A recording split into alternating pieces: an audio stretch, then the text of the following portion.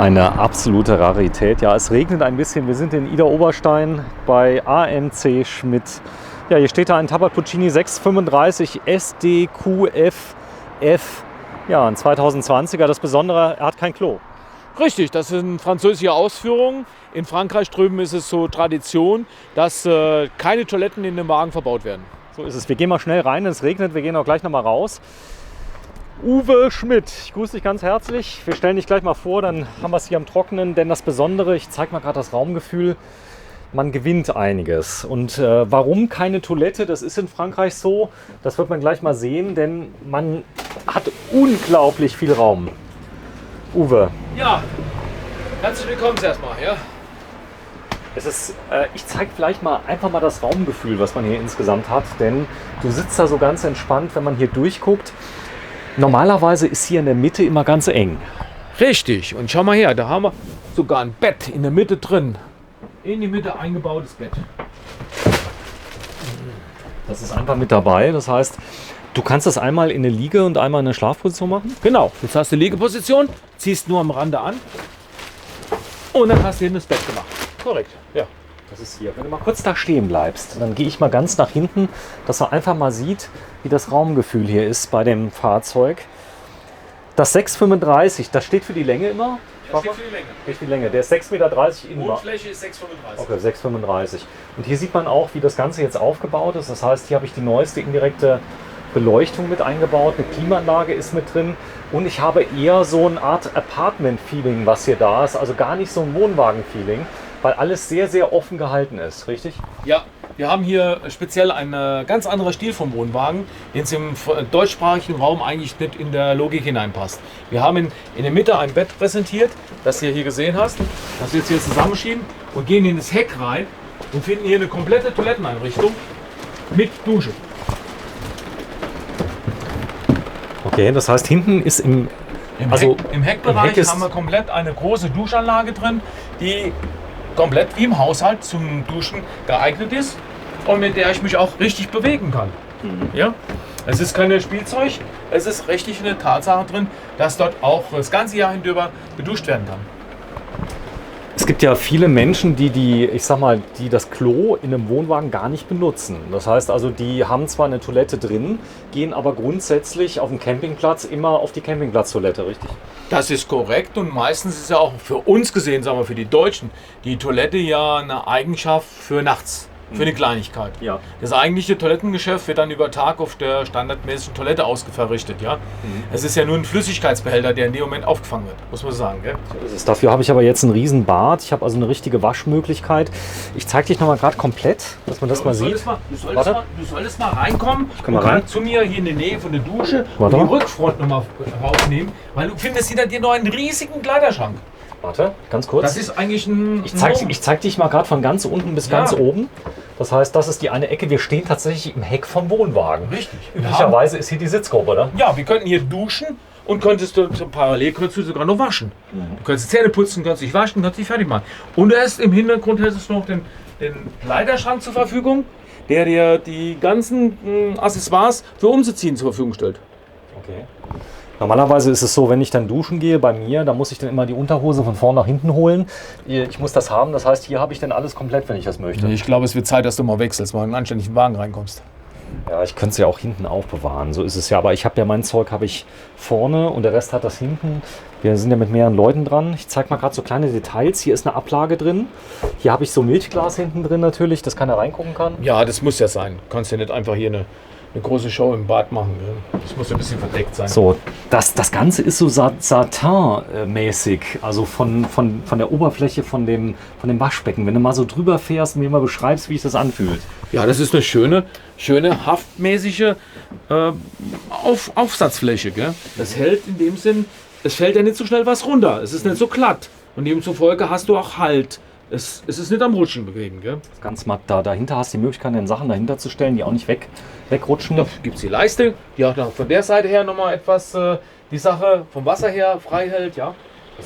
Zahnbürste, Rasierapparat, alles ist Platz. Wunderbar, so, alles unterzubringen. Genau, und der Spiegel ist integriert in der Tür.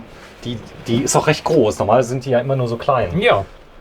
Schau her, was du hier noch drin Accessoires unterbringen kannst. Also der Wagen ist in der Verwendungsart ein Phänomen. Gell? Hier die ganzen Fächer, die du noch rundherum einstauen kannst. So, ich verlasse dich jetzt mal. Ja, da kann ich mich mal umdrehen. Dann zeige ich das mal gerade hier vorne, denn hier vorne ist die Ablage nochmal da. Hier kann ich was aufhängen. Da ist so eine kleine Dachluke mit drin, dass ich etwas lüften kann und hier auch nochmal zum Aufhängen. Und ganz wichtig, überall Ablagemöglichkeiten. Ja, und dann natürlich das Raumgefühl, wenn ich von ganz hinten nach vorne filme und schaue einfach mal rein. Ich habe einen ganz breiten Durchgang, den ich nochmal abtrennen kann. Krass, das ist was ganz anderes. Ja, das war ganz was anderes, dessen, was man den Standard-Caravan betrachtet. Es gibt ja noch einen Trick, wenn ich unbedingt ein Klo haben möchte. Wir haben so ein Porta-Potty nachgerüstet, das kann man machen, wenn jetzt Kinder zum Beispiel drin sind, die jetzt zum Beispiel nachts nicht mehr aushalten und so weiter. Das geht auch, oder? Stellst du doch in die Dusche? Ja, das geht. Ja klar, kannst du in die Dusche reinstellen, da hast du eine Porta-Potty drin. Klar. Ich habe es so gemacht. Also ich habe mir oben drunter eine entsprechende Gummimatte gemacht, steht in der Dusche drin. Man kann sogar duschen. Ich auch. So, und ich kann nicht, vor allen Dingen eins, wenn du Kinder hast, ist schön warm draußen, kannst du auch dieses Klo ins Vorzelt stellen. Ja, das stimmt. Ja. Dann ist es weg. Bist du nicht im Caravan gebunden. Das hier, die Schrankeinheit, das ist auch so wie im Möbelbau. Das könnte jetzt auch eine Eigentumswohnung sein. Wow. Versteckt mit Spiegel. Mit Spiegel, mit Anhängeformation für die Gläser. Soft Close.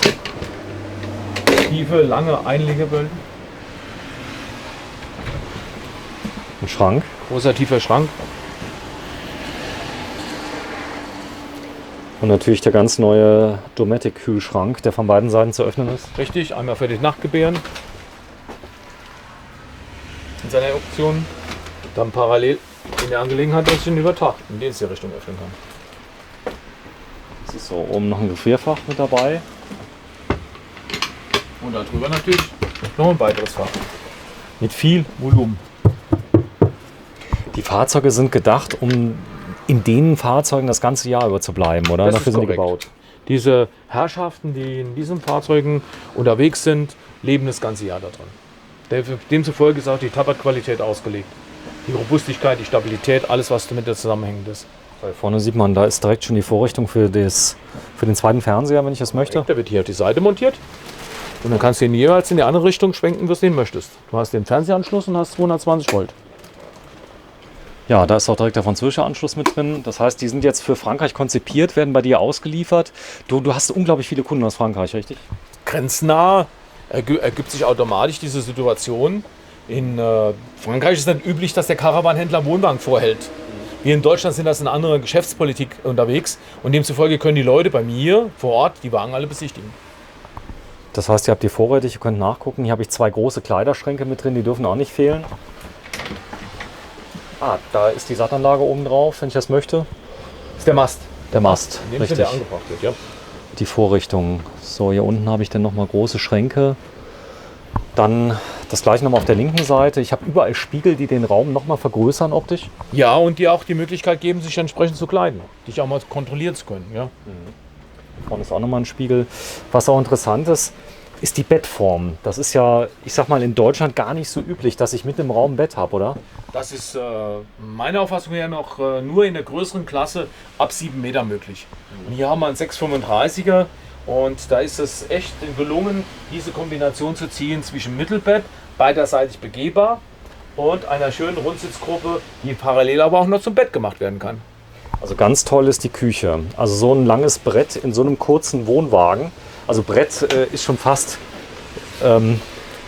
zu wenig, sage ich jetzt mal. Das heißt, die Auflagefläche hier ist groß. Das ist gedacht, um täglich dort Essen zuzubereiten.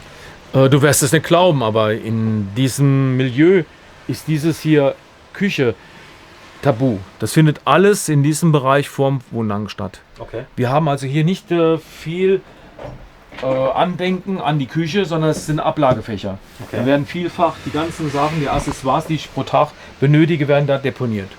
Okay, ich verstehe. Das heißt, das findet draußen statt, dann das Leben? Ja, weil das ja eben ein französischer Typ ist und der Franzose ist ja halt eben in dem Moment viel in den sonnigen Ländern unterwegs, wo er es nicht unbedingt braucht, in der Kühle des Wagens den Kocher zu benutzen. So, die Klimaanlage, die darf natürlich nicht fehlen, wenn man im Süden unterwegs ist. Ist das, ich sag mal, Standardausstattung? Ja, das muss, sonst ist der Wagen unverkäuflich. Der hat auch eine Grundausstattung, dieser Wagen. der in dem gehobenen System von unserer deutschen Preisklasse drin liegt. Ja? Okay. Wo alles Accessoires schon serienmäßig sind. So, ich habe auch eine ordentliche Lederausstattung mit dabei. Wir reden hier bei 44.000 Euro. Das ist ein Fahrzeug, was üblicherweise so zwischen, 3 und 6 Jahren genutzt wird. Ja, ich darf dich mal kurz entschuldigen, ich muss die Tür doch noch zumachen. Hier. Ja, Weil es regnet rein. kommt hier ein Wolken auch gerade runter. So machen wir das. Spaß gemacht hier. Ja, Tabak Puccini 635 SDQF. Für was steht das SDQF? Das ist das Querbett, das wir in dem Sinne im Fahrzeug drin haben. Die SD ist im Prinzip die Rundsitzgruppe, die wir vorn fahren. Das F ist für das Festbett als Q-Version und das F für die Frankreich. Okay, verstehe.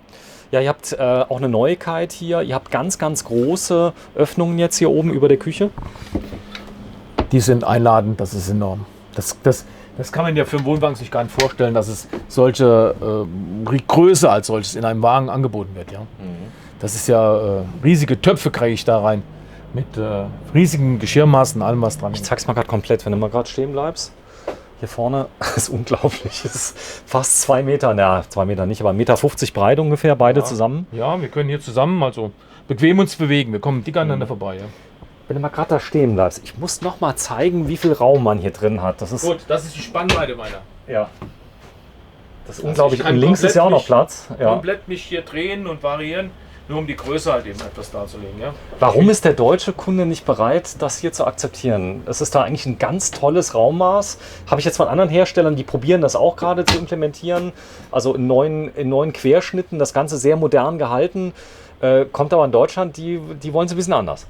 Tja, das ist Publikum einmal dieser Art und Publikum dieser Art. Ja. Das kannst du nicht verallgemeinern, dass du das einen Schnitt und den anderen Schnitt nimmst. Ja, die neueste Technik ist mit drin, der Ultraheat ist mit drin. Ist das Standard hier? Ne? Wäre hier. Ja, genau. Die Ultraheat ist drin, genauso Kaminfeuer ist mit drin, die Fackeleigenschaften, das Beleuchtete, die Musik ist da mit dabei. Das ist alles in dem Wagen schon enthalten. Wie gesagt, das ist ein französischer Typ, das ist ein französischer Schnitt. Genau, und mal so lieb ist, kann man zumachst hier, denn die Abtrennmöglichkeit, die ist für ihn ja ganz lieb. So, jetzt kann ich zumachen und habe meinen eigenen Bereich jetzt. Kann auch mal Fernsehen gucken. Stark.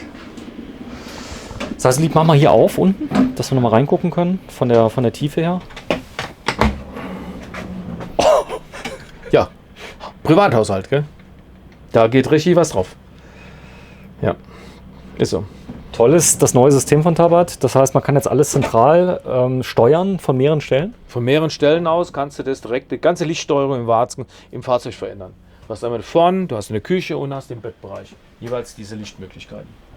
Autarkie hier mit einer Batterie, gibt es das? Ist das Wäre gefragt? möglich über uns. Wir rüsten die Fahrzeuge komplett mit autarken Systemen ein. Einmal Photovoltaik. Ja. Zum anderen mit einem 75-Liter-Tank, zusätzlich noch mit einem Boiler BN10. Das heißt, die Kundschaft kann sich das heiße Wasser mit Strom und Gas als solches machen und haben dann die Möglichkeit halt eben im autarken Bereich zu duschen. Ja. 2 Achsen ist hier natürlich Pflicht hier bei dem Fahrzeug. Ich sag mal, was ist der Vorteil von 2 Achsen gegenüber einer? Da kommst du ganz klar in die Stingerbewegungen, Fahreigenschaften, Nickeigenschaften, Slalom beim Busverkehr als solches, die Wendigkeit, der Reibwert von einem Rad auf das andere Rad addiert sich in dem Sinne zueinander. Es ist eine andere Kultur von Fahren. Sicherheit auch ein Thema, das heißt, ich habe 4 Reifen statt 2. Das allemal. Wer sollst du mal irgendwann einen Flattfuß erreichen, hast du immer noch 3 Räder zur Verfügung, in denen du dich bequem über mehrere Kilometer wegschieben kannst und dich an die Seite stellen kannst, ohne Gefahrenspunkte dran ist. Ja, das ist mir auch aufgefallen. Also ich fahre ja auch einen Doppelachser. Du fährst über ein Hindernis, ein Schlagloch zum Beispiel, du merkst es fast gar nicht, weil der eine Reifen zuerst kommt, dann der andere. Das ist korrekt, genau. Zusätzlich das Fahrzeug, der modernen Bauart, auch mit ATC ausgerüstet. Das ist dieses elektronische ABS, dass hier halt eben auch die Stabilisierung des Fahrzeugs noch behilflich ist. Ja, bei Schlingerbewegungen. Ihr habt eine ganz große Aufbautür mit drin, die ist sehr breit. Ist das jetzt in allen Fahrzeugen von Tabat jetzt neu, die große Die Tür? haben wir neu kreiert in der neuen Form. In dem Modell 2020 ist diese breite Tür mit eingebaut worden, ja. Ja, besonders toll ist natürlich auch die Optik.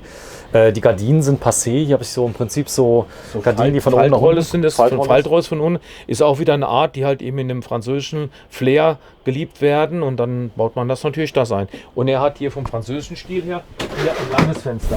Okay. Also du kannst jetzt in der Rundsitzgruppe sitzen, auf dieser anderen Richtung, bequem nach außen, alles anschauen, ohne dass du jetzt hier das Querfenster, wie es in diesem Fall hättest, und die Sperre wäre da. Gell?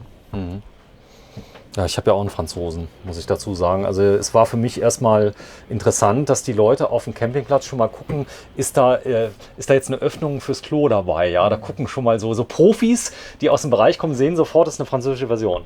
Ja, die suchen das halt eben, um den entsprechenden Sprachgebrauch zu finden. Ja. Ohne eigentlich in die Überlegung zu gehen, brauche ich es oder brauche ich es nicht. Gell? Ja, okay. Es ist auch ziemlich weit ausgeweitet mit der Toilette, die wir im deutschen Bereich als solches benutzen. Das ist nur in Deutschland so mit der Toilette, so stark oder in ganz Europa? Oder? Deutschsprachigen Raum. Alles, alles, was du im französischsprachigen Raum hast, ist die Toilette keine wesentlichen Faktoren. Krass. Die Italiener haben auch keine Toilette. Die Italiener haben auch keine. Nein. Klasse. Was ist da drin, darunter, unter der Öffnung? Das ist ein Accessoiresfach, dass du halt eben von der Tür aus alle schöne Teile, die du nicht immer brauchst, auch von der Tür aus nehmen kannst. Ja, ja, sehr schön. Ja, es regnet immer noch ein kleines bisschen, aber es ist etwas besser geworden. Wir gehen am besten mal raus, machen die Abmoderation. Lieber Uwe, wenn du das noch mal kurz mitnimmst, 44.155 Euro. Du nimmst auch Doppelachser Wohnwagen in Zahlung oder auch andere? Jederzeit. Alle Wohnwagen? Ja, alle Wohnwagen. Spielt keine Rolle. Gut. Ja. Das heißt, die mal vor. Kurz raus. Ja, ist ein bisschen besser geworden. Jetzt haben wir das richtige Camperwetter. Ja, ist nicht so schlimm. Für die Abmoderation kriegen wir das hin. Ja. Wir werden noch gleich eine kleine Rarität filmen. Hier Puccini, da steht es drauf. Ich zeige nur einmal komplett. Was ist das für ein Rad, Uwe? Der hat die 17 Zoll Felgen. Und das 2020er Modell ist der Puccini-Serie. Das automatisch in der Serie mit drin. 17 Zoll. Ja. Habe ich auch noch nicht. Das französische Blech aufgelegt. Ja. Das ist das Hammerblech. Das ist natürlich in seine Spannungsverhältnisse stabiler als ein Glattblech. Zusätzlich wird er mit 2 Leisten gefangen, damit diese Hitze, die in Frankreich herrscht, abgefangen werden kann und es keine Bälle und Beulungen gibt. Ne? Das ist interessant. Ich habe das alles, weil ich ja das französische Modell habe. Ich habe bloß nie drüber nachgedacht. Ja. Das war so der. Das haben die Zeiten mit sich gebracht. Das ist einfach so entwickelt worden, dass man halt eben in Frankreich nur Rüffelblech nimmt. Sieht auch scheußlich aus, wenn die Seiten, wenn sie sich verformen. Die Verformung ist aber naturmäßig gegeben. Ihr fahrt nahezu jeden Tag, fahrt ihr ins Werk einen holen, jeden Werktag, oder? 1 bis 3, ja. Minimum. Ja, der Spezialist für Doppelachser, wenn Sie also Interesse haben, er ist alleiniger Händler von Tabat, muss man dazu sagen. Ihr habt nur eine Marke. Wir führen nur eine Marke in unserem Haus, schon seit 50 Jahren. Und präsentieren uns Tabat halt durch den Vorrang, ja. So, und zeigen das, was drin steckt. So, wenn du mir kurz mal das Schild zeigst, das ist der Tabat Puccini 635 SDQF-F in der Modellvariante 2020. Alarmsystem ist gleich mit drin. ATC ist CRMS drin, ja. Okay, super. Ja, vielen Dank. Ja. Uwe Schmidt aus Ida Oberstein von AMC Schmidt. Bis dann. Tschüss. Ja. Gut, prima, tschüss. Komm, wir gehen mal ins Dach.